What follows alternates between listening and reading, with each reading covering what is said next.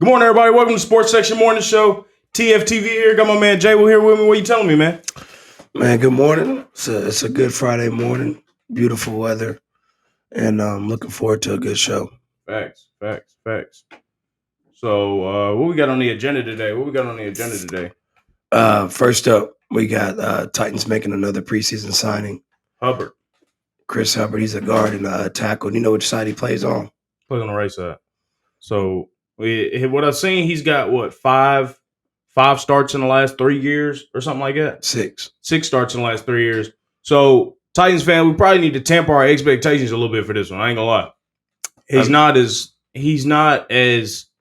I'm not gonna say talented, but Font would be a much more ready-made tackle to maybe step in and take away snaps from Parlay Petit. But Hubbard he's gonna do a job. He's a good depth piece that we need, and he can also play guard. So that's probably another reason. I think Font priced himself out of a move, to be honest. Yeah, I mean, with Hubbard, you've seen probably past 2 years, I think we had the most injuries in a row consecutively. Mm-hmm. So he'd probably play. So he's still going to have to be ready. No, for sure. He'd definitely play. But I think Font, because Font visited with Houston and worked out with Houston a couple days ago, and it looks like he priced himself out of move down there too. So maybe he might have to humble himself a little bit and realize that, you're a backup tackle and training camp has already started. So you're not gonna get the money that he's expecting. I don't think he is. Like I said, Hubbard started 6 games last 3 years. So, it'll give us a good piece. That's if he starts. He's gonna come in to compete because Jamarco Jones has been a lot of good news and good word out of camp in the first couple of days of Jamarco Jones, the starting right tackle, the one that Vrabel recruited him at Ohio State, if I'm not mistaken. A lot of good news about Jamarco Jones coming in and potentially taking that starting right tackle role, and he's a talented player, good size, good mentality. He was injured all last year, so he's coming back hungry. So either way, I mean, we're gonna need some help at that offensive line. Yeah, worst offensive line last year, correct? Yeah. So statistically, and I feel like anybody that the head coach bring in, they'll probably have a really good shot to play. That's why they're coming in. Right. So, hopefully the offensive line, they can produce a little bit more, give Tannehill a little bit more protection, a little bit more time to, make a decision because, that's exactly what he needs. And he need more than just time. Yeah, he need talent. He got that a little bit. I'm talking about him. Tannehill? Yes. Yeah, you're right. We got a little bit more. How do you think the talent, wide receiver crew is coming? Hey, man, I'm excited about the wide receiver room. We got DeAndre Hopkins in here. So DeAndre Hopkins takes off a big load, on Traylon Burks, Kyle Phillips, Chig. It lets them go back to what they're supposed to be as second-year players in the league. They're not supposed to be the bona fide first option. He lets them be the role players that they are. He gets the attention of the defense off of them and takes the attention of the defense on him to where he's getting those cover 2s and cover 3s shaded over to him, the cover 4s shaded over to him, and it leaves them not necessarily one-on-one, but it gives them better matchups than they would have gotten if we didn't have a number 1 receiver. You know what I mean? Still got to get the ball out. Still got to get it to him. Yeah. So, I mean, we don't think shit's fucked up. Don't think shit's changed. We still going to run the ball about 25, 30, 40 times a game. Good. Probably about 30, 35 times a game. We still going to run that motherfucker 30, 35 times a game. Man, I think Henry, I think he's going to do better than he did last year. I think he was coming off the foot injury. Yeah. Had to get his feet up under him. Looked like he really didn't start running hard. He normally doesn't start running hard till game 4 or 5. Yeah. October. Where you can really see him picking up that speed downhill. And so, I'm looking forward to it. We got when's the first preseason game of the season? It should be coming up here in the next, I think it's at the end of August. 28th, maybe, if I'm not mistaken. When did the Jets play? Shit, they play when we play. Hell, I don't know. No, I thought I seen something that the Jets got a game in a week, or they might have that Hall of Fame game coming up, but ain't nobody gonna be playing in that motherfucker. All right, yep. Ain't nobody. That brings us, since we're on the topic of the Jets, I think it's a good segue into Sean Payton's comments about not only the Broncos. This man went on a scorched earth in the USA Today article. They must be looking nice. That's what I'm saying. He might have seen something in Russ that Sierra done seen or something. I don't know what he done seen. He think he got him another Drew Brees, don't he? I guess it's the height. That's the only thing I could think of, because Russ last year was not Drew Brees. He was Drew Freeze. He was freezing in that pocket. That man, he wasn't no damn Drew Brees. He was either freezing or on the run. Right. But here's what Sean Payton said. I'm gonna paraphrase a little bit, and this is according to the USA Today article with Bell. He said, might have been one of the worst coaching jobs in the history of the NFL. He said, everybody's got a little stink on their hands, talking about the offensive stuff and what Nathaniel Hackett, the job he did in Denver. He said there's 20 dirty hands for what was tolerated in his freaking training rooms, the meeting rooms, the offense. I don't know Hackett. A lot of people had dirt on their hands. It wasn't just Russ. He didn't just flip. He still has it. That's what I'm talking about. He's seen something that Sierra done seen. Yeah. This bullshit that hit a wall, shoot, they couldn't get a play in. They were 29th in the league in pre-snap penalties on both sides of the ball. That is coaching there. He's got a point. He also said it doesn't often happen where an NFL team or organization gets embarrassed, and that happened here. Part of it was their own fault relative to spending so much freaking time. He didn't say freaking, he said fucking. Yeah. So much fucking time trying to win the offseason, the PR, pomp and circumstance, marching people around and all this stuff. Same thing to Jacksonville doing. He said that won't happen this year. What you mean, Jacksonville? Bro, the PR, the best team, Calvin Ridley, best receiver in the league, all that shit. I'm tired of hearing that shit. Even though that clip of Ridley was insane. Yeah, hey, Calvin Ridley, man, his speed. Hey, they say he was running 50 times quicker than the dude before. He must have saw a betting slip out there somewhere. Yeah, he back high, he back ready. Yeah, I think, man, the time. Hold on, let's talk about Payton. He said everything I heard about last season, we're doing the opposite. So he didn't shit on him. He said when he talked about the Jets again, he said we're not doing any of that. The Jets doing that this year. You watch Hard Knocks, all of it. I can see it coming. They're shitty trying to win the offseason. So with that being said, this man Sean Payton, bro. I don't know. Now that defense is the truth out there in Denver. I ain't gonna lie. They got Surtain Jr. Yeah, secondary. They got them boys. Lethal. They got them boys out there in Denver. But the offense, Russell Wilson, bro. What he did last year, this man doing stretches on the plane, running for his life, Drew Freeze. That's what I'm finna call him now. Motherfucker Freeze in the pocket. He's not that guy no more, man. And have you heard what all the former Seahawks players have said about him as a teammate? Yeah. Bro, it takes you lead men as a quarterback. That's your first. For me, as a quarterback, I'm not going to say, if you look at all the great quarterbacks, they led first before they did anything else. You know what I mean? Your Brady's, your Mannings. This motherfucker Peyton Manning was running practice. Brady leading the team. You lead first as a quarterback before you make a throw. Your teammates are looking to you as a leader. And they looking at Russ, they see a jacked up leader. This man taking care of a rapper's kids. Yeah, and they bumping it in the locker room probably. He probably got a no future clause in his contract. Yeah, you can't play no future in the locker room. I mean, you can't respect somebody like that. And to be honest, man, I never really thought he was that guy. Mm-mm. You know, I felt like defense carried his ass to his championship, and he only got one, right? Right. Should have had two. And it shows, you know. Did they get one in Seattle? Yeah, that's when Sherman was like, that nigga Crabtree. No, I don't think they got one, fam. That was a divisional game? That was some playoff shit. Oh, wow. Let me see. Let me check. Keep going. But, yeah, I mean, Russell Wilson, he has no choice but to have a better season than last year. They did get one. 2014. Yeah. So, yeah, I mean, I feel like Marshawn Lynch carried him. The defense carried him. Of course, the defense carried him. He's never been the best player on the field. So, no, he's had talent. Don't get me wrong. I'm not saying that he's a bad quarterback by any means, but I'm saying he's not that guy. Yeah, from 10 years ago, of course not. Of course not from 10 years ago. And as a leader, he's not that guy. And that's going to be the first thing when they get hit in the mouth on their first game or not even the first game. They might come out and do good the first game with the new coach. You know, you always get a little high from having a new coach playing well and shit. But that third or fourth game when they getting smacked in the mouth, ain't nothing working, that Sean Payton dialing up, what they going to do?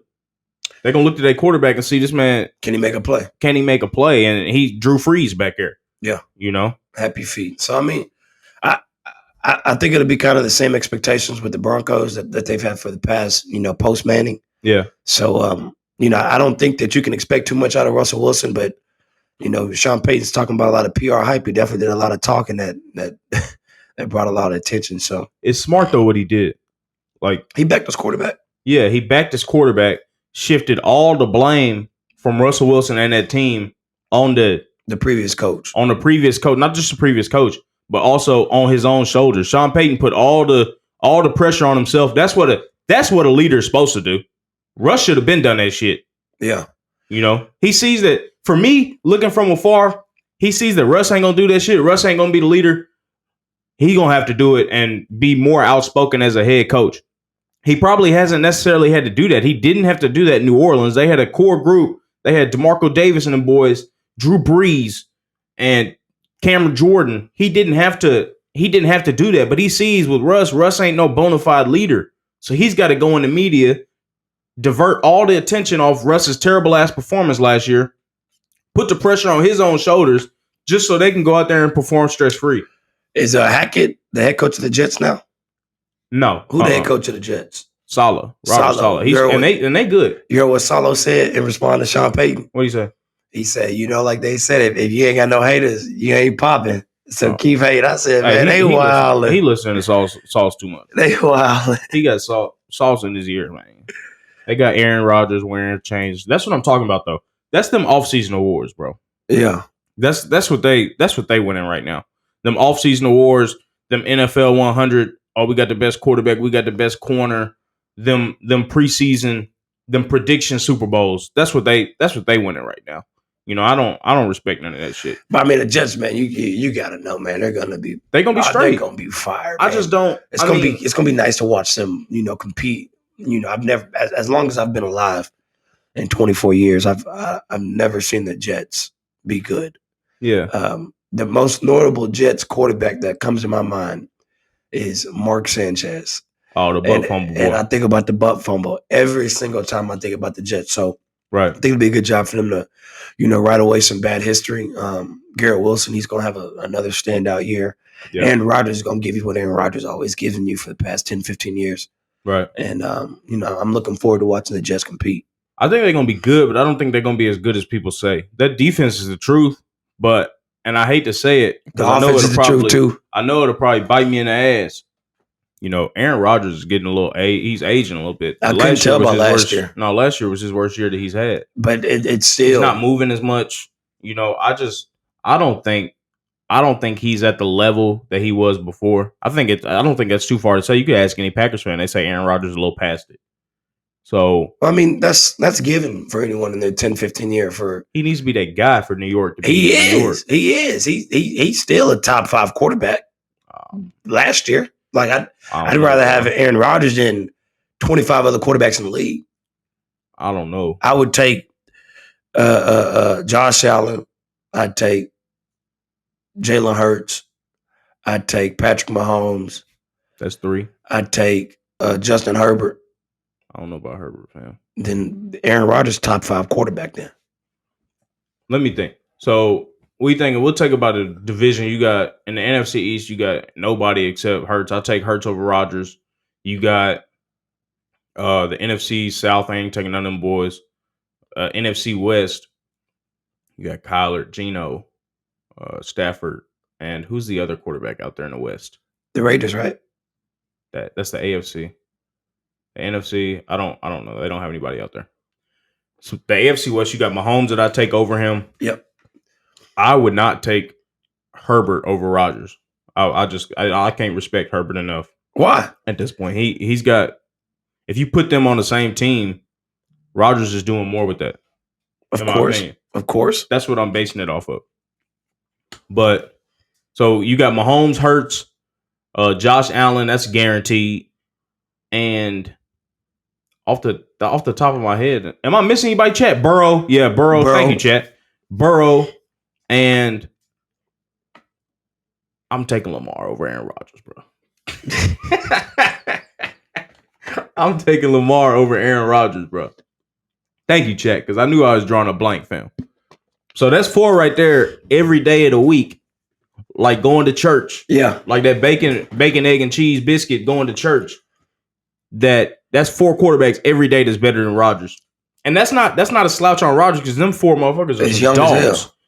They all young. Yeah, they young. And back in the prime, the only person I take over Aaron Rodgers, if we put them back in their primes, is going to be Patrick Mahomes. Yeah. I'm not taking Josh Allen or Lamar or Burrow. Don't get me wrong. I think Rodgers is probably the best pure quarterback of all time. We've had in a while. I don't give a damn about no Brady talk, about no Super Bowls. I'm talking pure quarterback play. And Payton is a close second. I remember that boy Aaron Rodgers ran a 4.5 to the goal line, and we smacked him 5 yards in the goal line because we didn't know the boys running that fast. We thought he still had 10 more yards to go.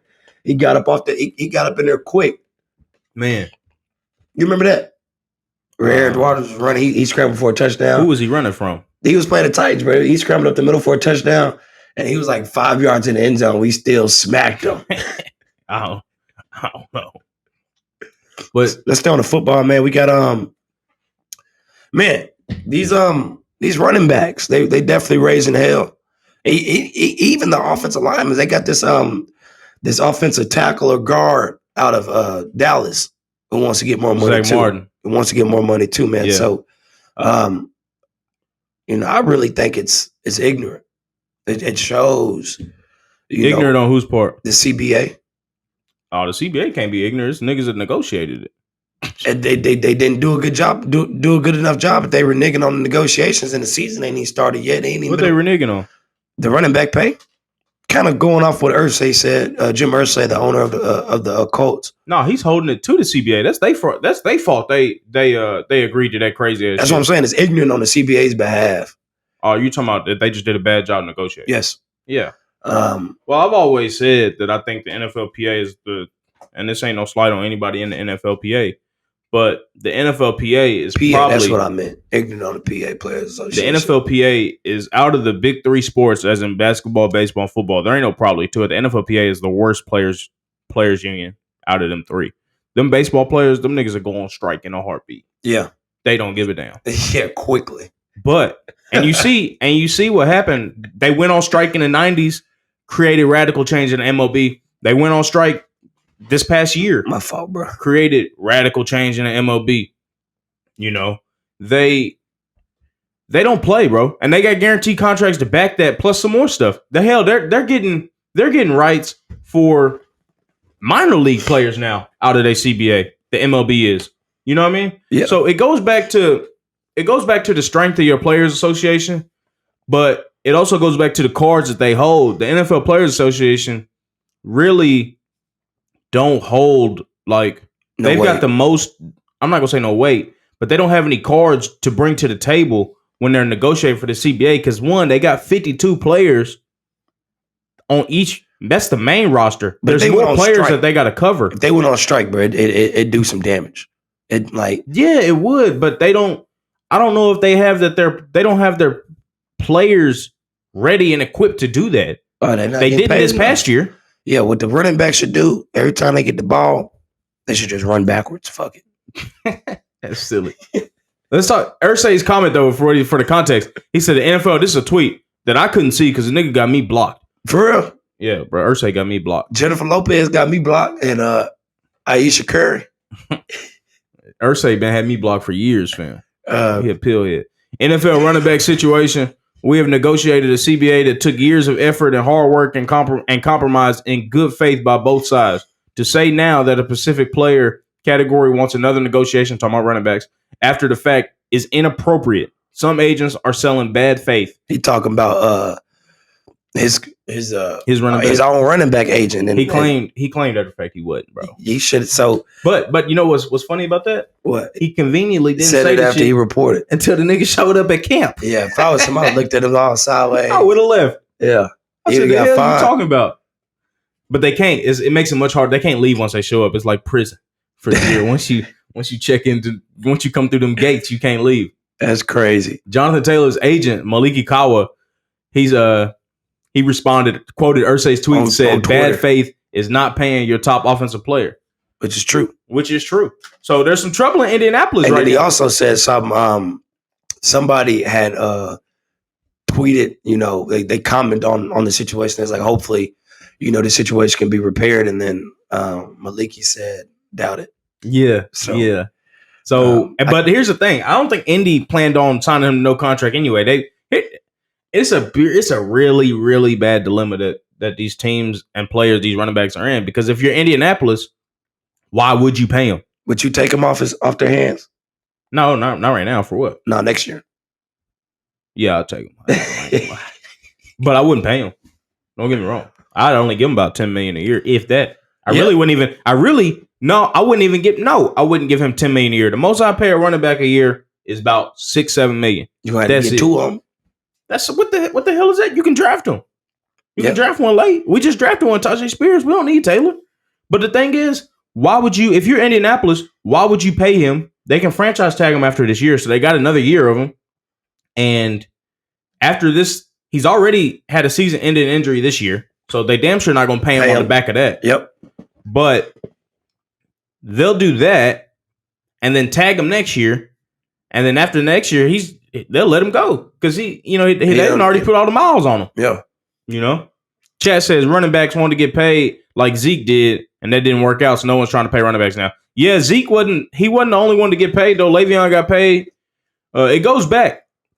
But Zeke was probably the straw that broke the camel's back. I ain't gonna lie. He ain't showing up to none of the meetings, none of that shit. He was in Cabo. He just in Cabo with the money. Yeah, and it's saying he put the workout video. He was working on the beach. He did that shit probably a 5-minute video and went back and posted up. Oh yeah, and Jerry Jones was sick about it. That's like when you see that's like you see your girl out out at the club or something on one night on her friend page. On her friend page.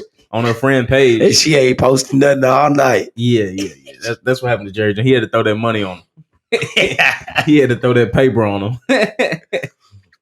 But yeah, chat, let me know. Y'all let me know in the comments what y'all think about the running back situation. I know we've been talking about it a lot, but it's a big deal and it's really, really polarizing.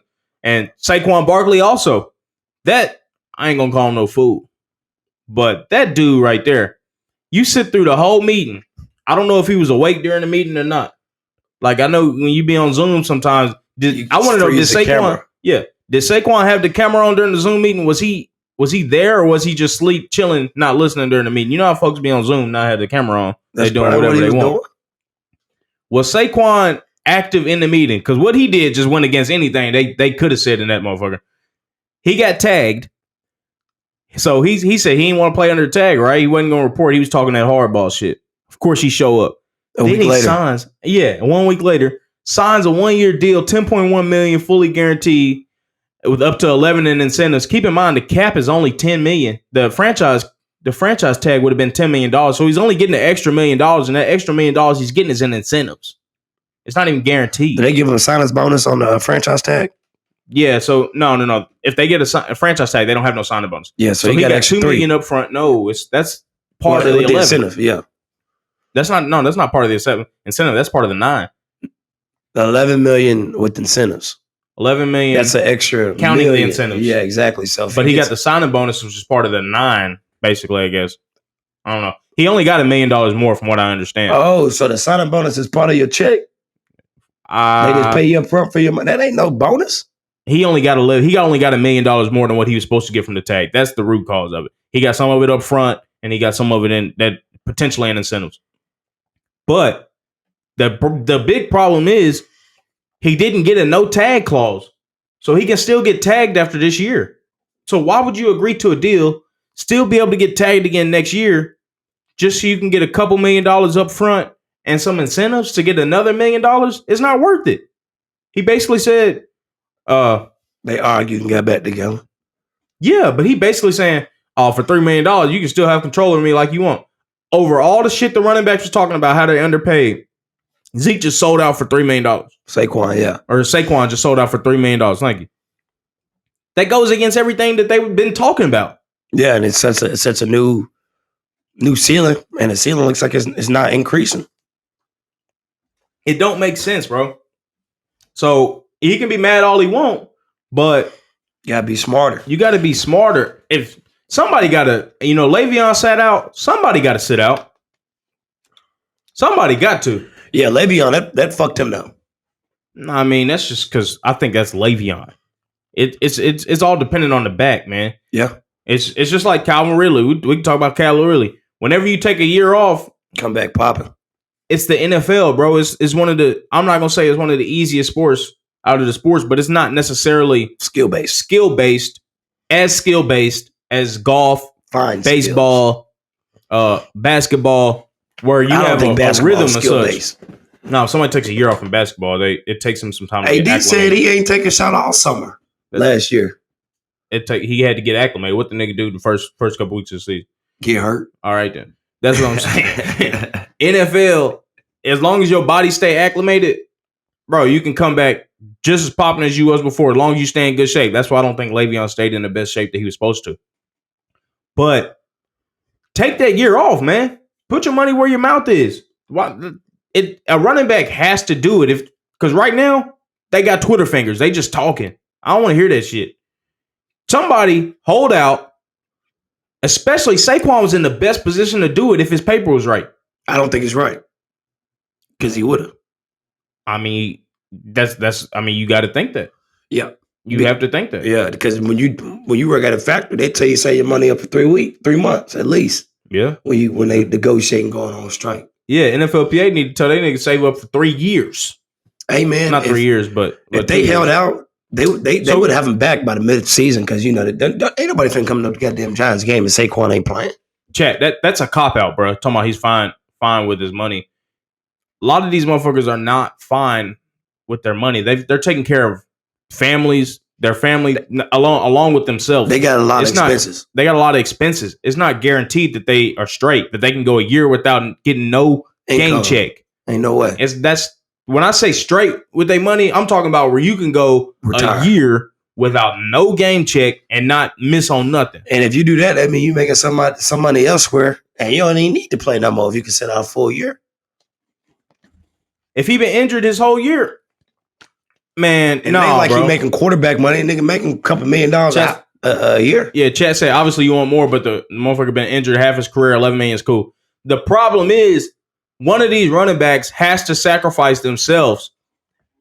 As long as they doing all this gibber yabbing, talking and shit on Twitter, talking about running backs don't get paid, we underutilized, we overutilized, underpaid on it. Somebody got to put their money where their mouth is. Somebody got to sacrifice and hold out. Derrick Henry. Nah, he ain't finna do it. We're gonna pay him, right? He's already paid. Somebody got to put the money where their mouth is and draw a line in the sand. Not only for themselves, but for other running backs in the future. All the shit they doing now, they just talking and they still getting taken advantage of. That's what that is. Damn rookie running back finna come and make more money than everybody. Yeah. That's crazy. Bijan. That's crazy. That's just for this year, though. After this year, not. That's crazy. But what'll fuck the game up is if Bijan held out next year. You know what I'm saying? Like if he produced the way he's projected to produce, where everybody think he can produce, hold out next year. What's stopping them from doing that? Their prime is only 3-4 years. A lot of times. At most, 7-8 years, their prime. Who Henry, but he's an anomaly. Besides Henry, who ran the ball tough for 7 years? Them old school cats, but like LT and them. Yeah. But now, the way them boys hidden. Nope. As a running back, bro. And niggas going through the SEC. Saban got them. Saban taking years off niggas' careers in the SEC.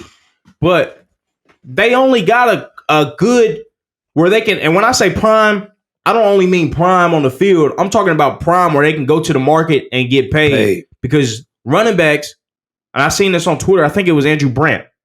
Running backs are the only position in the NFL that get paid off what they can do in the future. All the other positions are getting paid off what they've done in the past. Running backs, by the time they spend their 5 years of their contract counting the tag, they're 27, 28 years old. That's the end of the road for them. They don't have that many more miles in their legs for the next 2 or 3 years. It's over with. So that's why they're not getting paid.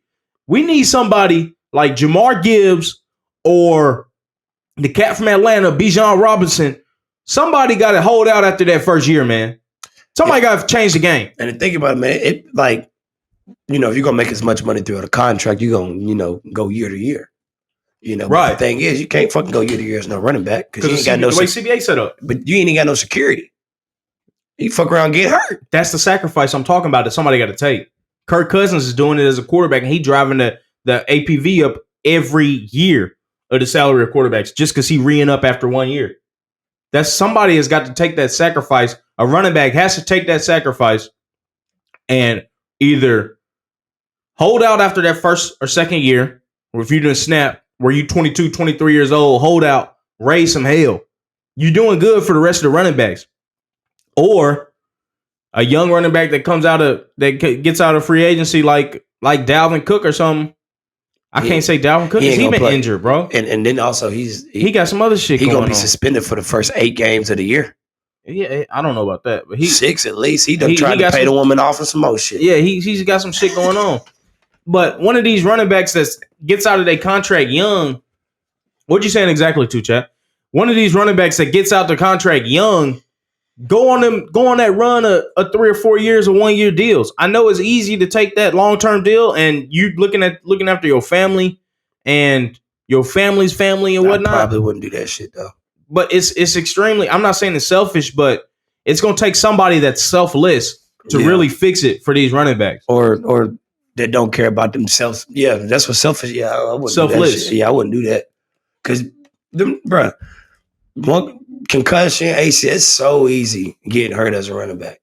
Like, you make a good point. Like, that's going to be tough going year to year, and you play the most dangerous position on the field. He make a good year. Say, can't name one running back that ain't been hurt. Maybe a 1 year deal ain't the thing to sign. Maybe a 2 year deal with guarantees. A short deal. But a short deal. Out, sign short deals and max them out. Or you can sign a short deal when you first come into the league, raise hell, and then try to get you a 4 or 5 year deal, making $15 million a year. Right. The other option for running backs is to just sign incentive laden deals and just run it up on the incentives. Yeah, get a low guarantee. A low guarantee, but have easy incentives in there. Yeah. Relatively easy incentives. Who's the best running back in 2018? And, I believe that was 5 years ago, fam. I want to say Henry, but I don't think it was Henry. Might have been AK. Shit, it could have been Jamal Murray. Come on. It could have been Jamal Murray. Or DeMarco Murray. Yeah, DeMarco Murray. I said Jamal. Hell, I don't know who the best running back in 2018. Gurley. Yeah, he a Rams fan. He had chronic arthritis in his knees. His knees was fucked up. That man had brittle knees. And he got ran down in the SEC though. Yeah, he ain't nowhere now. That's only 5 years ago, 2018. So yeah, I completely understand that. And speaking about Gurley got paid. Did he not? He got paid with the Rams, yeah, because then he was still getting paid when he went to Atlanta. He didn't do shit in Atlanta. What was you finna say though? I was like, speaking of the injuries though, leading into the next with Jalen Ramsey getting the D'Angelo Hall treatment. I hope they got it on camera. No, because I know Ramsey was talking that cash. It was against Tariq Hill, wasn't it? I know Ramsey was talking that cash. They said it was because he was contesting the ball going up in the air and contesting it. Man, I don't think he got cooked like D'Angelo Hall. He got hurt off. Did against my boy D Hop, Titan Great. You know what I mean? D Hop. But yeah, Jalen Ramsey, it ain't nothing to laugh about. He tore his meniscus. That's the thing you want to tear though. Yeah, that's the best thing tearing your knee. I ain't gonna lie. Yeah. You tear anything else, you finito. But so they're looking at him. If they fully repair the meniscus, coming back for the Super Bowl. Ain't no Super Bowl in Miami without him. They're not even getting there. But he'd be back around December, what they say, if they fully repair the meniscus. If they just patchwork the motherfucker, he'll be back in 6 to 8 weeks. But it sounds like everybody's leaning towards fully repairing the meniscus. Remember Russ Westbrook patchworked the meniscus that 1 year in the playoffs, and he was back in like a month. Yeah, Henry ran the whole year on a torn. No, Chris Johnson ran the whole year on a torn meniscus. Yeah, I mean, them meniscus ain't nothing to play with, boy. But I mean, what do you think about Miami without Jalen Ramsey? The defense was the truth last year, but they're missing Jalen Ramsey. That's their prized asset addition this year. I mean, where do you think Miami gonna end up? They in the same division as Buffalo, and New England ain't shit. They need to make sure they lay a pillow in the backfield every time when Tua get hit. Lay a pillow, put a mattress back there behind where Tua at. You seen that one skit when Kevin Hart was on ESPN? They was like, how you sack the quarterbacks, and then they had him pick them up. They put a pillow down and set them down on the ground. That's what they're gonna have to do to Tua. He need a mattress back here, because if he fall one more time, it might be over for him. I don't want to wish that on him, but it's just off history. This man has a very bad concussion history. Like a nigga in high school or something. Yeah, and he's one hit away. And Miami don't have a contingency plan. Chat, does Miami have a contingency plan for if/when Tua goes down? Where Fitzpatrick at? I don't know. Probably somewhere being a professor. Professor? Yeah, you know, nigga went to Harvard. Oh yeah. I don't think Miami has a contingency plan in case Tua goes down. Chat says they'll be fine. You know, without Ramsey, of course, as long as Tua is healthy, they'll be all right. I mean, the defense is still going to be good. I don't think Ramsey wins in the Super Bowl just because he's out there on the field. Ramsey gets them far in the playoffs. Yep. I mean, he takes away Ramsey's he's taking away your primary weapon on offense all damn day. Yeah, he's making it more difficult for that primary weapon. But if you go against the Chiefs, and he says, who the fuck is Ramsey covering? He ain't covering Kelsey. I mean, he just covering the average Joe. Mahomes still doing his thing. Mahomes throwing the fucking smoke blow. And he got out there. Who else used to do that? Tom Brady. Yeah. Tom Brady used to turn wide receivers into household names. Yeah, Welker, Edelman, and them boys. Yeah, that's the sign of a damn good quarterback.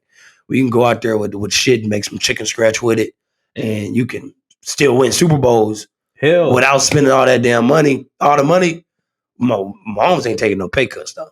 No, he's taking a pay cut. This man ain't getting paid what the fuck he's supposed to be getting paid. For real? Yeah. I couldn't tell by that house he built. Oh, that's because he got a whole bunch of other motion. I couldn't tell. He got way more motion. Yeah, way more motion outside of the NFL. He owned a damn baseball team, don't he? He owned part of it. Yeah. And his old lady owned part of the soccer team out there, the women's soccer team. Yeah, they get paid like they get that 42 paper. Doug said. Mike White. Bro, don't mention old Mike White talking about a contingency plan for Tua. They're cooked if Tua goes down. Who is Mike White? A career backup. Bro, Chet said Mike White. Tua has got to stay healthy for the Dolphins to. If Tua goes down, but the Dolphins are finito. And I never really thought Tua was that damn good, to be honest with you. I never really thought that he was. I feel like he can't throw the ball past 50 yards. And he a little fragile. That's because he weighed 185 and he's 5'10". Right. He can now his good assets is his touch, pause, and just the way he has good timing in the pocket and whatnot. He got nice three. He can drop back. He can get it out. He good on getting the ball out when he's supposed to, and he's good with the touch that he puts on the ball when he's going in it. But I'm not high on the Dolphins without Ramsey, and especially if they lose Tua throughout the year, which is more likely than not. I don't think they're going to do what they're supposed to do. Ramsey is a huge loss for Miami. Joe Burrow got carted off the field. Also, they ended up saying it was a strained calf. I don't believe that. Not the way, but he might have blew his calf out. I ain't gonna lie. If like when soccer players blow their calf out, they can't put no weight on their calf. And how long they out for? Like 8 weeks. 6-8 weeks, maybe a month. Yeah, it looked like 4 to 8 weeks. Looked like he had that KD, that Kobe injury. Yeah, that's what it looked like. It looked really bad. If y'all ain't see the video of Joe Burrow when he got carted off the field when he got injured, it looked rough. Looked like he popped at Achilles. But once again, they just said it was a strained calf, but that remains to be seen, to be honest. Yeah, I feel like that's what they're gonna say. They act like they got a game this Sunday though. They just need to come out and tell us what happened. Right. They said it was a strained calf, but I don't believe that. Can they lie about shit like that? The Colts lied for years about Andrew Luck, saying that he had a shoulder injury or something. This man had a lacerated stomach. What? Yeah, and they didn't even get in trouble for that. That's the Colts shit, though. It's just they're a nasty organization, man. The Colts are just a nasty organization, man. Just nasty. We need a button. Oh yeah, nasty organization. What we on to next? Dak Prescott. Dak, my man Dak. So apparently, I was reading the ESPN article this morning, going through my ritual, and they said they tried to walk back them comments that he said that he ain't throwing no more than 10 picks. They did. They tried to walk it back. I don't give a damn. It was already out there. ESPN. How they gonna walk it back for him? That's what the man said. They tried to say it was misreported or misquoted. He said it. To me, the nigga said he ain't throwing no more than 10 picks. He said it when he was on the podium. He was on the It came out his mouth. Yeah, I thought so too. Chat, didn't Dak say that he ain't throwing no more than 10 picks? Why ESPN try to walk it back? Well, I mean, damn, he threw 15 last year. He threw 15 and he missed 5 games. That shit's crazy. They're gonna have to run the ball more. Period. They're gonna have to run the ball more. He has the biggest highs and the biggest lows out of anybody that's been paid. And that's why I think it's so unfair these quarterbacks get paid and they be having a 40 or 50 QBR in games. You can't be having all this damn money. You getting paid $100,000 a snap, and you're fucking up. Hey, man. Like I said, on Twitter, at BWill TFTV, I'm doing a Dak Prescott interception counter. What up? Why? Hey, bro, you was on stream last. I had to adjust his headset, boy. I'm doing this in a Dak Prescott interception counter and according to the ESPN article, they also said the nigga done already thrown 2 picks in 2 days in camp, so he on a hell of a start. Here we go. He gonna get them all out. He on a hell of a start. What up, Josh? Get them all out before the season starts. So I think same old for the Cowboys, man. They gonna do good. They gonna probably win about 10 games. Nah, the Cowboys, they gonna come out the gate hot. They gonna come out the game hot like probably about 10, 11, 12 games. They gonna come out win the first 5 in a row. And they gonna stall in the playoffs. Them motherfuckers come down to a screeching halt like they run out of gas. They gonna like the clutch of the slip. Yeah, like they run out of gas. How many games in do you think it'll be before Dak throw them 10 because when you run out of gas, you slow down. They just turn off. They just stop. Yeah, like they in an electric car and the motherfucker just quit. Like when you learn how to drive that stick shift. Oh, to stall up. Yeah. You're right. I learned how to drive stick shift. I said learn it. Oh yeah. That boy get to sweating. How many games in the season you think it'd be before Dak throw them 10 interceptions? He gonna get 10 interceptions in probably 10 games. I was thinking that too, because like I said before, he throw one a game. He just don't throw one a game. I don't think Dak throws one a game. Dak throws 2, 0, 1, 3. He either throws no interceptions or 2 or 3 of them motherfuckers. It's no in between. It's like he throw the first one, be like, fuck it, I'm gonna keep forcing him. But hey, it's like I'd rather have that than Tannehill. Motherfucker don't throw the ball. So. But it's a double-edged sword because, every time typically when you give somebody a pick, you give them great field position. And, it doesn't – enough is not said about Dallas's defense. Dallas's D. Pause. Yeah. They call him the Big D down there. Yes, sir. So that defense is a motherfucker, boy. Yeah, they praise the offensive line, which they got a damn good offensive line. Yeah. Pollard's going to have another great year. They say Pollard, he only do 20, 25 carries and he done for the game. That's what they say. He got that Zeke clause on him. Yeah, he only do 20, 25 carries and he don't touch the ball no more. That's another reason why running backs ain't getting paid. Zeke had that clause in his contract allegedly where he go like that, this motherfucker come off the field no matter what. So for real, you got to look back on that. Zeke, how many times this man in the game he'll go like this? He'll just run straight off the field. It could be play 3 of the game. You gotta look into that. That's crazy. That's alleged, but that's something I've noticed. But let me see. What else we got in football talk? We got anything else in football? Man, not really. That's all the NFL talk. Ohtani. Shohei Ohtani, the best baseball player since Barry Bonds. Best two-way player of all time. You know what this motherfucker did last night? What did he do? They played a doubleheader, right? Oh, yeah. The Angels against Detroit. He up in Detroit. He shoved it, game 1. This nigga act like he had perfect game. Bro. Full game, complete game, shutout, 8 Ks, 3 walks. What else did he have? 1 hit in the first game. 1 hitter. CG. Ohtani. Yeah, he acting like he had the perfect game tournaments. Yeah. Game 1. First of his career. Shoving. That's what I'm talking about, chat. I wish he played shortstop. He go pitch and go play shortstop. Hey, man. I want to see him catcher. You ever seen, I ain't going to say, I was about to say, you ever seen a Japanese catcher? There's a lot of them over there. Kurt Suzuki and them. But, yeah, shoved it first game. 1 hit complete game. Come back 3 hours later. 3 hours later, he done ate whatever he ate. I don't know what he be eating in between games. Rice. I don't know what the man be eating in between games, but I know what he did that second game. 2 bombs. First player in MLB history and NFL history, fuck it, both of them, to ever do that, throw a complete game and hit just 1 home run after. This man hit 2. 2. They need to test him, make sure. Shohei. They need to test him, make sure he ain't one of them non-humans. Oh, the ones they be talking. I heard Ohtani he got subpoenaed to show up at the congressional hearing for UFOs. Yeah, probably. I heard he got subpoenaed. Yeah, they said this motherfucker was an alien. They need to test his blood. I bet his blood green. They said he was. They said he was an alien. The things this man doing is amazing. Yeah. I've never seen anything like it. I think I can honestly say he one of them robots. You know, they got the robot that shoot the basketball and always hit. Oh yeah. That's him. They done made him. That's Yao Ming. Yao Ming is Chinese. Yeah, Yao Ming Chinese. He got made. Yeah, he got made. Yeah, he the truth. Ohtani though, man. Where do you think he ranks in not only the MLB, of course, MLB right now one, but all time one? Are you serious?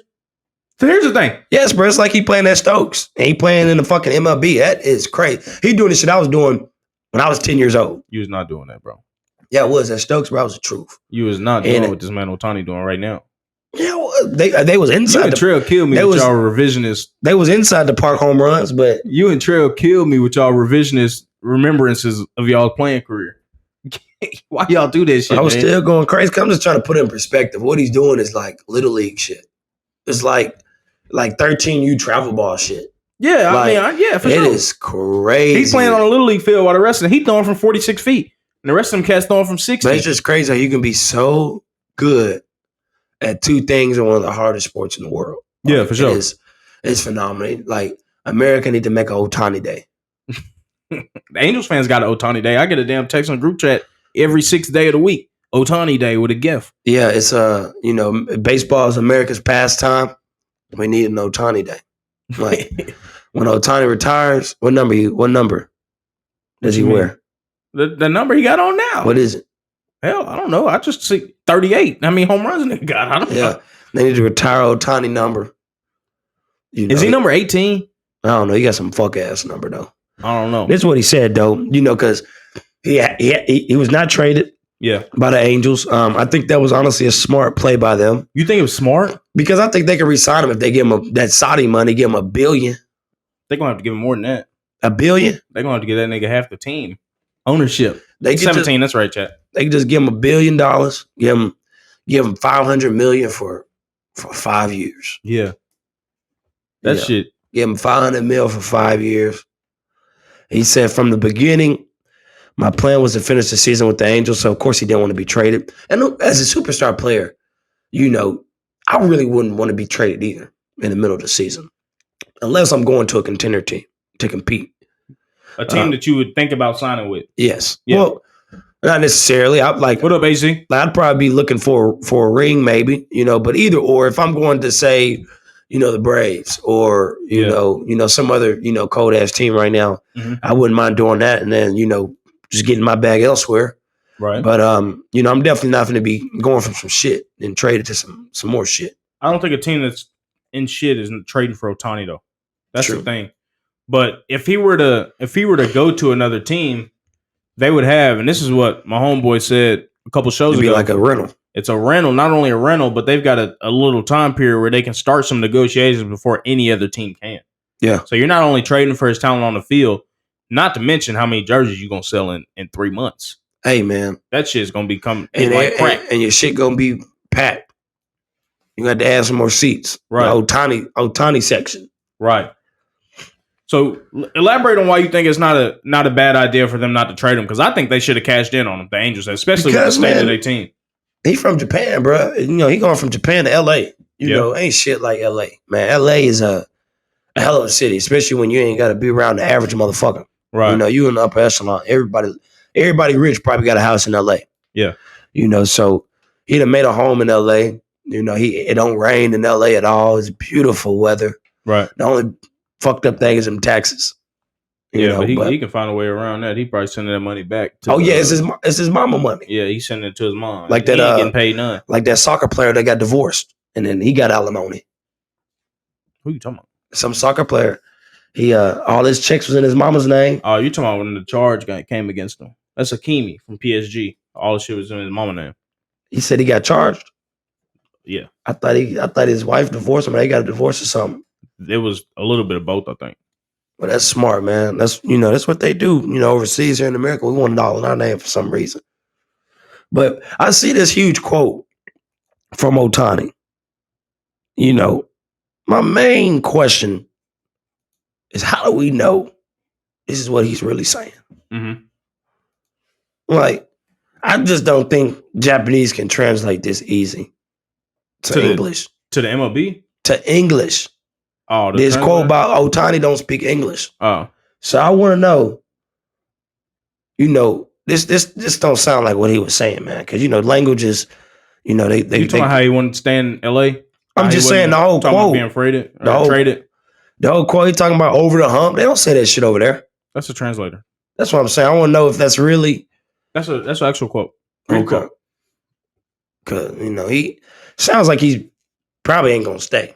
Because if I was going to stay in L.A., and I'll read the quote off. If I was going to stay in L.A., I'd probably just come out and say it.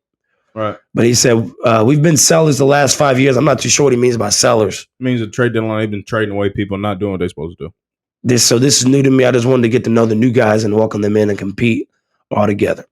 Until last year, the team situation, we had to be sellers. Perry was doing his job. I think Perry would be the Angels GM. Now we're in a different situation. I think we're making acquisitions to try and get us better and get us over the hump. I think us as players, we just got to do our jobs, and that's what I've been saying too. Right. And Ohtani on his future with LA, he said in season, I don't really like to think about the long term stuff. Just focus on this season, every game that's in front of me. Basically saying he's finna bounce. Obviously, I've been on the Angels my whole career here. I love the fans. I love the team. No complaints. That's what he's supposed to say, man. He's good. Right. But to me, I don't think, like I said before, I've said this many a time. The Angels should have traded this man and cashed in on some prospects, whatever they, as long as it was a respectable deal. And you can't tell me they didn't get offered a respectable deal from these teams because Ohtani is the best pitcher in baseball, the best hitter in baseball. Every team that's a contender is clamoring to get that, bro. And they'll trade whatever prospect they can to get that, to make a push. If you get Ohtani, if you add that to a team like the Doyers, shit. Who are the Doyers? Dodgers. That's how they say. That's how Dodgers fans say Dodgers. Doyers. You never heard that? No, it's spelled Dodger. That's not how it's said in Spanish and shit. Oh. Yeah, Doyers. But if you add him to a contender, this man is pushing that team over the hump, just like he said he was going to do for the LA. He pushing whatever team over the hump. I wouldn't want to be that player though. I'm like LeBron, bro. I'm not finna be carrying this team all damn year, 4 years carrying the team. I don't get no, results from my, good performance. I'm gonna go to Miami. Team up with D Wade and Chris Bosh. I'm gonna go to the Padres. Chet said, and if they don't, you got to pray he resigns. No, you don't. You gonna win a World Series. No, it's not just you gonna win the World Series. You get an extra couple months ahead of anybody else in negotiating. You selling a boatload of jerseys. You're making so much money with Ohtani there. It's worth it. It's gonna pay for itself. And nobody gives a damn. I mean, they don't care about money in MLB. They just print your shit off and give it out. Yeah, and the prospects is worth it, bro. You can if you trust your farm system, it's gonna be 3 more to replace the ones you just traded away. But you've had Ohtani and you selling Ohtani jerseys and you got a chance to win a World Series. Them 3 prospects are not worth the fucking World Series. I don't give a damn. No, they're not. They're not worth it. They're not. And you can produce 3 more prospects. There's a plethora of talent coming out of fucking DR, Venezuela, and all this shit, man. You've trust always your scouting team. When teams win a World Series, players want to go there. Right. Players that are already good want to go there. Right. Dodgers are the prime example. So we got a caller in here, an Angels fan. I guess he wanted to defend Ohtani. I don't know. Rob, what's going on, brother? Not much. I'm just listening to you talking about Ohtani, and I can't disagree anymore. But that's just me. What you are you happy he wasn't traded, or were you? I'm ecstatic. I'm ecstatic. I just don't think we got any big offers for prospects because everybody was scared that he wasn't going to resign. But it wasn't going to be worth it for the Angels to trade him. Man, so you're telling me you think these teams came in and lowballed the LA Angels for Shohei Ohtani, the best player in baseball? Yeah. So I think way. we wanted major league ready guys, and we just didn't get offered that for a rental of Ohtani. But why would you get you wouldn't get all major league ready guys. You would get maybe a major league ready guy or 2, and then maybe 1 or 2 bona fide prospects. You wouldn't just get a whole half a team's team. That's how people for Ohtani. Yeah. Well, no. But I'm saying I don't think they even got offered their top guys in the farm. Yeah, but I mean that's the big rumor. That's typical in sports. Like when you got your best player on your team, you can look at the Portland Trailblazers. Right. You know, they are ridiculous in their expectations on what they get in return when they trade their star player. So I mean, it's all about what the Angels want to take, and I could completely see them wanting ready now guys, but you know, and they probably want 3 of them. You know, that's 3 positions. Yeah, so, we got somebody in the chat that's also talking the same thing Rob's saying. Is Gavin an Angels fan? No, he's a Cardinals fan. A Cardinals fan. Okay. So, Rob, you, of course, and we got to give a backstory for what the moves the Angels just made. They just traded for Giolito from White Sox. Pretty good starting pitcher. And as Ohtani said, they're trying to win now. They can't win now. That's the thing. Rob, do you seriously think they can win now, the Angels? Yeah. How far are they behind? Aren't they 4 games back in the wild card? They ain't winning the West. Or have the Rangers faltered yet? We're 3 games back of the wild card. We have tiebreakers over Boston, New York, and then this series for the next 3 days or this weekend with Toronto. Yeah. If we win it, we get a tiebreaker with them. Toronto's and we hot. would come like within a game of Toronto. Y'all come within a game of Toronto, and then y'all win. Y'all have the tiebreaker 1, right? How many games back are y'all at Texas? Oh, the division's not in play. I'm not even looking at that. y'all looking at the wild card. Yeah, I can look at the division, but we're not catching Houston. 16 or games Texas. behind Texas. How many? 16. Yeah, he said he ain't talking about and then 14 behind Houston. But the wild card, they're 4 games back. And Angels hot. Who else are the Angels talking about getting? What are the rumors of trades that they're talking about getting since they got Giolito in? Who have y'all been linked to?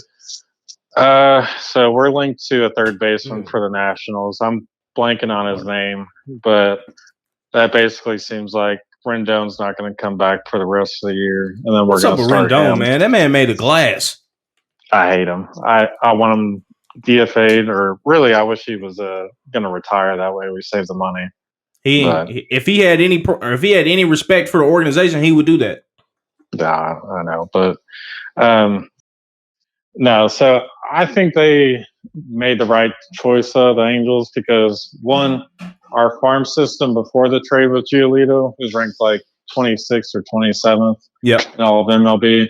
Now we're dead last, but I mean, even with that's not a priority for you. We're not going to rebuild the farm by doing that at all. So like, we're going to be screwed either way if we don't get Ohtani now, or even if we trade him.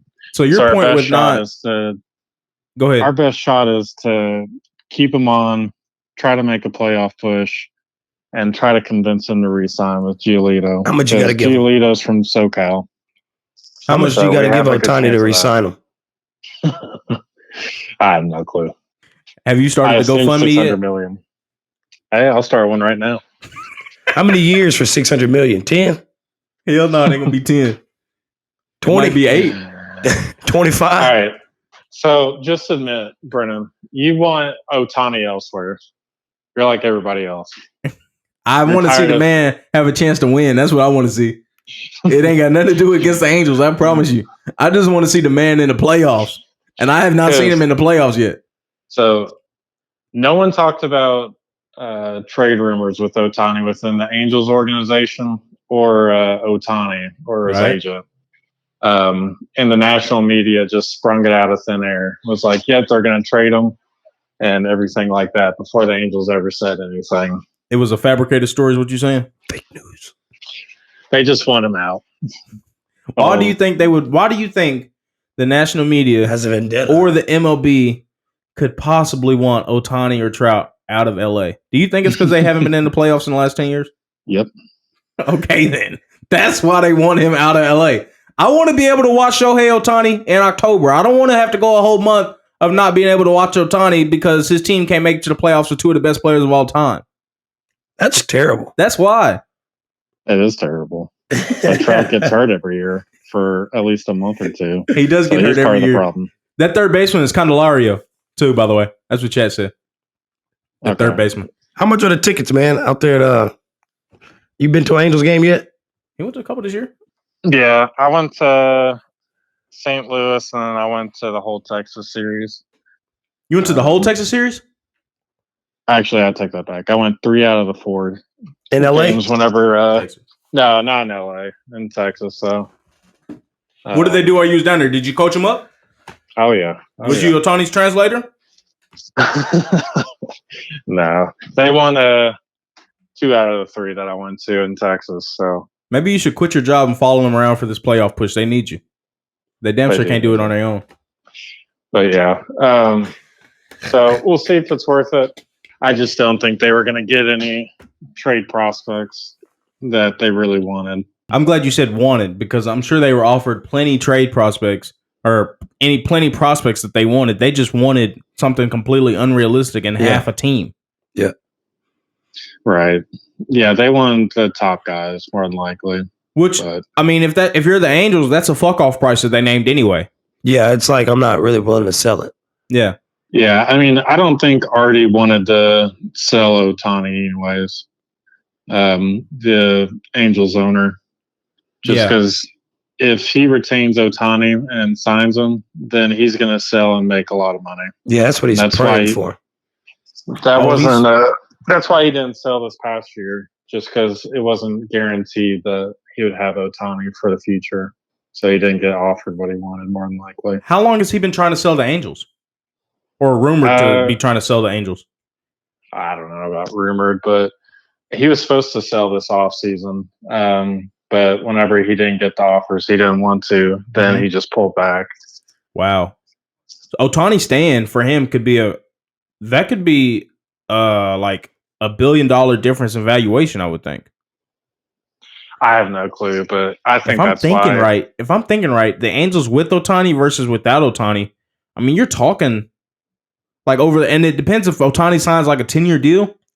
What is that valuation for the owner? That's got to be like $1 billion. I don't know about 6, but that's got to be at least $8 billion. To 4. I think without Ohtani, with Trout gonna leave, I'd say probably worth like 4.5. Between them two players, they're worth $1 billion a piece in the prospective buyer's eyes, in my opinion. When you think, well, in Artie's eyes, for sure, he's valuing the Angels with Ohtani and Trout at maybe 5 or 6 versus without them 4. He might be lucky to get 4.5. Yeah, I mean, I really don't know what the price would be, but basically you would lose all of Japan's viewership with Ohtani leaving. When I watch y'all's games, that's all I see in the stands. Cam. Yeah, no, that's true. It's the same. No, that's the same thing in a lot of sports, though. Like Tottenham over in London, they have one of the best South Korean players in the world, and it's a tourist attraction for South Koreans to go and watch Tottenham play for their player. I'm sure it's more the same for Ohtani too. Yeah, and it's probably on like a 12-hour flight from Japan to LA. All you gotta do is fly across the ocean. Yeah, that's why I think even if he leaves the Angels, he's going to stay on the West Coast because he wants to be closer to his family, I guess. I was about to say, do you think he feels pressure to have to stay on the West Coast for his fans trying to travel to see him? I don't know if he cares about that, but his mom controls his money, so yeah. That's got to be part of it. Maybe y'all should start trying to cozy up with her to get her to stay, get Ohtani to stay. That's what they do in soccer. Yeah. Pay her something. Yeah. Well, who knows? Maybe we'll give Ohtani like partial ownership of the club. Are you working on partitioning off some farmland in Kentucky for Ohtani and his mom? You working on that? Yeah. Yeah, I wish. Well, yeah, man. What do you think about now that I got you on the line, if you don't mind? What do you think about your owner, your prized decorated owner, and his comments about running backs? Did you see that? I haven't kept up with it. I can read it to you. Well, I heard what you said earlier, and that makes sense. But what did he say though? He said, regarding the NFL running back situation, we have negotiated a CBA that took years of effort and hard work and compromise and good faith by both sides. To say now that a specific player category wants another negotiation after the fact is inappropriate. Some agents are selling bad faith. Basically, he's saying that these agents are selling a pipe dream to these running backs about getting paid. But he conveniently didn't say that until after Jonathan Taylor reported to camp. And then he walked the statements back about a day or so ago. Taylor's agent responded saying, good faith is paying your best offensive players. Where do you think What do you want the Colts to do with Jonathan Taylor after this year? What do you expect the Colts to do with Jonathan Taylor after this year? I mean, I feel like the Colts are in rebuild, so I don't expect them to sign Jonathan Taylor. I would like us to get something out of it, but I really don't know what's realistic with all that. I mean, why would y'all want to start 2 running backs? Right. Well, yeah, I think it's time for the Colts to rebuild. Irsay is going to be Irsay, but of course he could have been a little bit nicer about it, but I don't think it was the plan to keep him along. No. After all, do you even think he would? They would tag Taylor after this year? Because I think they'd still tag him. I wouldn't see why they wouldn't. Yeah, I mean, I don't see why they wouldn't. You would have to tag him. It may make him so mad that maybe he's the one that'll sit out for it, but I don't know. I don't think Jonathan Taylor has that in him, from what I've seen. Yeah, well, from what the agent's talking like, it sounds like he's ready to, but maybe JT's not. Yeah, and JT's already reported. So, and he wore a Taylortown, Indiana shirt, so he ain't going nowhere. But like I said, y'all already got a running back at quarterback, and y'all have Jonathan Taylor. But for me, what does y'all's cap situation look like? Would y'all be able to, quote unquote, waste $11 million next year? And it's not waste, of course. Clue. But I think y'all have a good amount of cap space. I mean, y'all are still paying Matt Ryan, if I'm not mistaken, but I think that's done after this year. I would have to relook at everything. Yeah. I mean, y'all just got done paying Wentz. Yeah, and we were still paying Rivers, I thought, too. Mm-hmm. We may be done paying him, but I know y'all are done paying Wentz, so. See, I don't know about the cap space thing because we wasted a lot of money on our O-line that half of them didn't even play. Yeah, y'all signed Big Q to a deal. Year. And then y'all signed Eric Fisher. Is he still with y'all, that left tackle? I don't know. I'm so checked out with the Colts. I'm just I would be too in on the Angels because we're definitely making that playoff push. You said you're what? What do you say? I'm all in on the Angels making the playoffs. Y'all 8-2 in the last 10 games, so y'all are hot. Definitely hot. Hopefully y'all can stay that way. Ohtani's motivated to keep going. All right. Oh, hell, Ohtani. Yeah. Appreciate you calling in, Rob. We're gonna see about the Angels, man. I wish y'all all the best. I hope y'all make the playoffs because I want to see Ohtani in the playoffs. I was just thinking if I were to see Ohtani in the playoffs, it would have to be with a different team, but I don't have that choice anymore. So hopefully the Angels make the playoffs. Hey, we'll check in 2 weeks and see how it's going. All right, sounds good. All right, buddy. Man, so what do you think? What do you think about the Angels' chances of making the playoffs? I mean, they on a good stretch. I think this is the best they've played in 10 years, and I don't think they can keep it up. Trout's supposed to be coming back soon, too.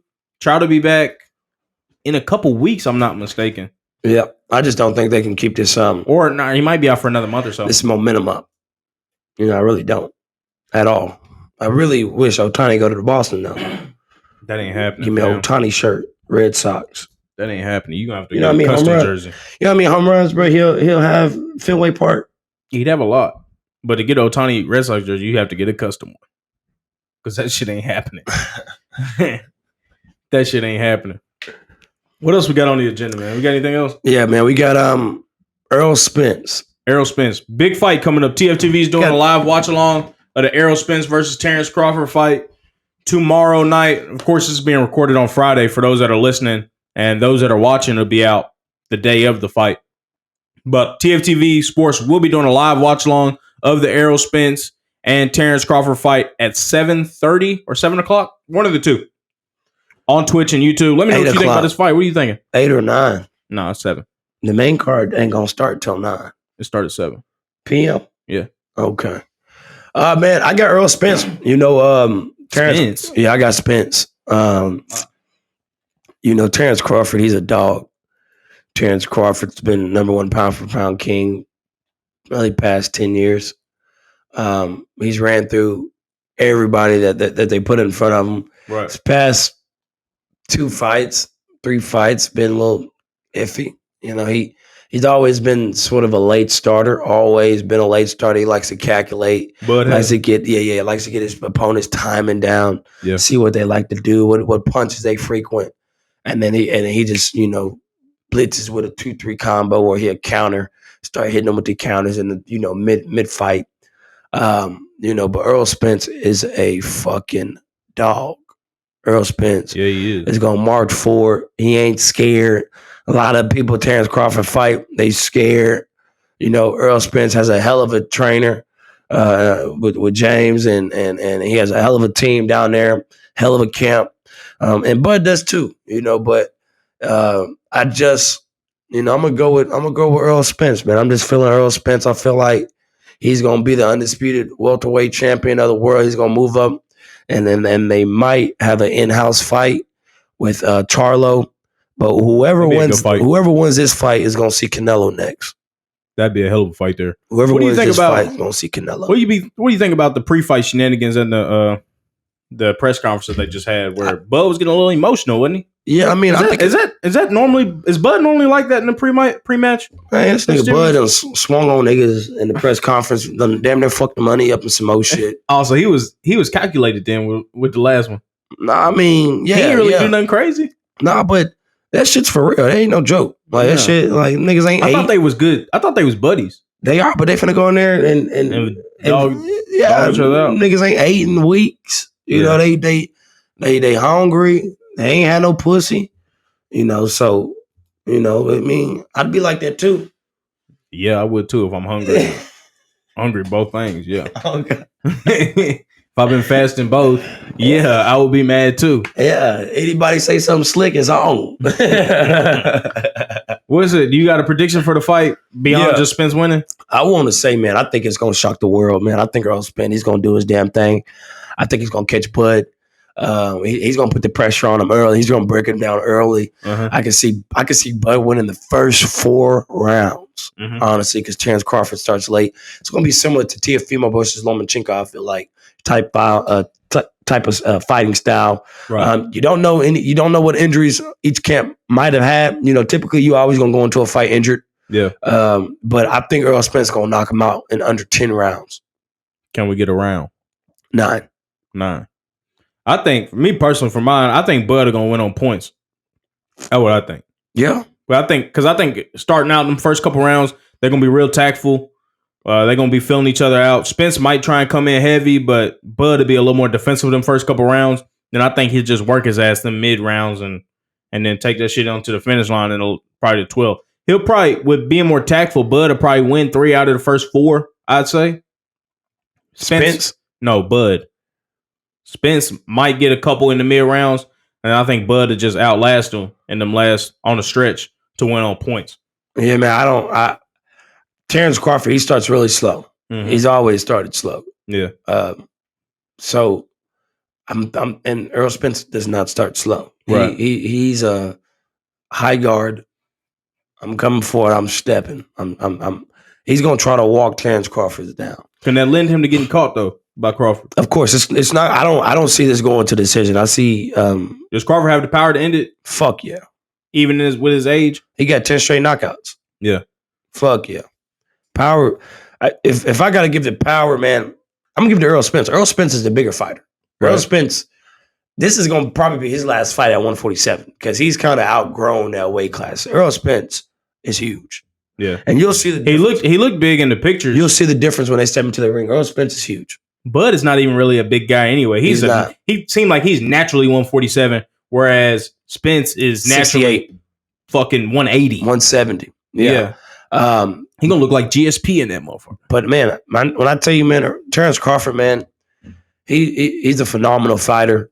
He had some of the best countering abilities in the game today. Yeah. He can hit from both sides.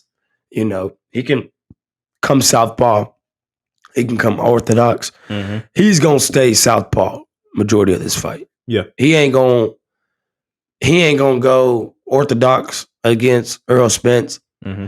Because if he do, he's going to get caught with that left hand. Yeah. He can't get caught by Errol Spence's left hand. I feel like Terence Crawford is a better southpaw fighter than he is orthodox. Right.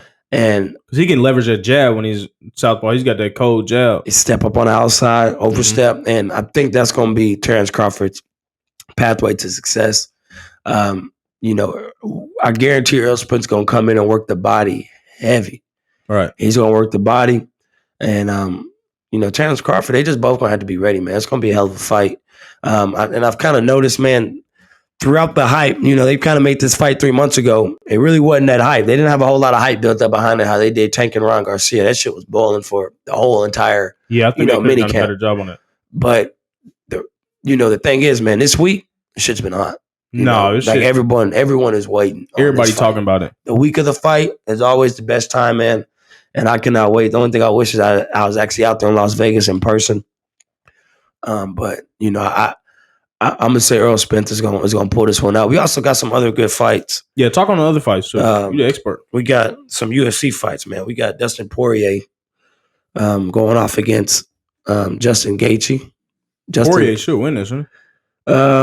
Yeah, he should. He beat him last time. Yeah. He beat Gaethje last time, man. And that was a good fight that last time. That's a hell of a UFC card. This UFC card is probably the best card that they've had all year. And I'm gonna see who's all on that card real quick. It's gonna be too easy. So yeah, I knew it was a hell of a card. So that's gonna be tricky, man. I'm gonna be at TK.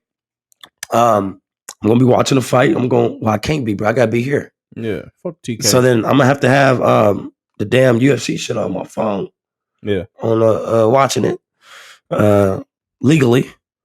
And so we got Dustin Poirier in the main event with Justin Gaethje. Right. And then in the light heavyweight, we got John Blachowicz, that Russian that beat Israel Adesanya.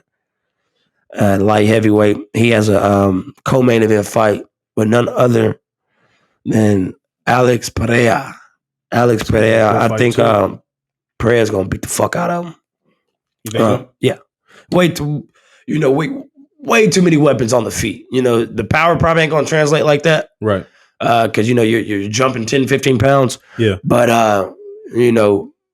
John ain't finna take Pereira down like that. He's not. Mm-hmm.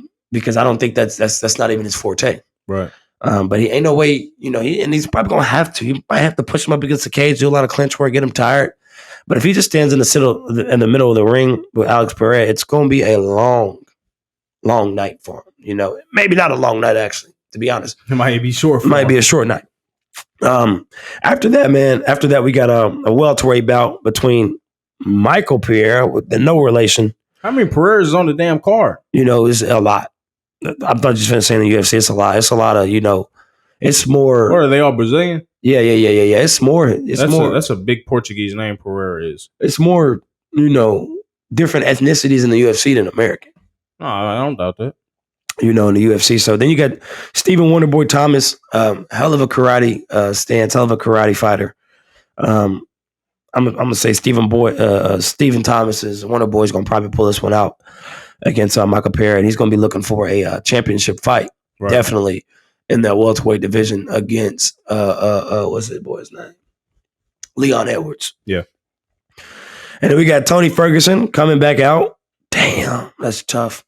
We had Tony Ferguson coming back out after he got his head kicked off by Michael Chandler. We ain't seen Tony Ferguson fight. He been in hiding. He been recovering since Michael Chandler soccer kicked him in the head with a front kick in the middle of the ring. One of the most vicious knockouts that I've ever seen. Turned Tony Ferguson's body off literally like a light switch. It was devastating, man. It was devastating. I think they said he was on the ground unconscious for around 5 minutes. That's what Crawford finna do with Spence. Then we got Michael Chiesa. Michael Chiesa, that's that boy. When Conor McGregor threw that dolly through the bus, hit him in the face with it. So McGregor need to be arrested, man, for the shit he doing around the world. This man need to be on the Interpol list. He just got in he just got in a pub fight. I saw it was alleged. I saw he was running out the pub, but they said he was there for a funeral. Oh hell, yeah, at a pub. It wasn't a pub. Oh, it was a funeral. It was a funeral. They was fighting though. I mean, that happens all the time. At funerals, family be fighting at funerals. It's crazy. A tough time. Tough time for everybody. But I think that's all we got, man, for the sports section morning show. Once again, Make sure y'all subscribe to us on YouTube. Subscribe to us on Twitch. Make sure y'all tap in with us tomorrow, 7:30 for the live watch along of the Errol, Spence, and Terence Crawford fight presented by TFTV. We're going to have a lot of the X and 1 show present. We're going to have JWill there present. Y'all make sure y'all tap in with us. I'm going to be wearing my boxing gloves. He might not be the only one with boxing gloves. Y'all have to tune into the fight, a live watch along, and see, man. Appreciate y'all for joining, man. Y'all take it easy.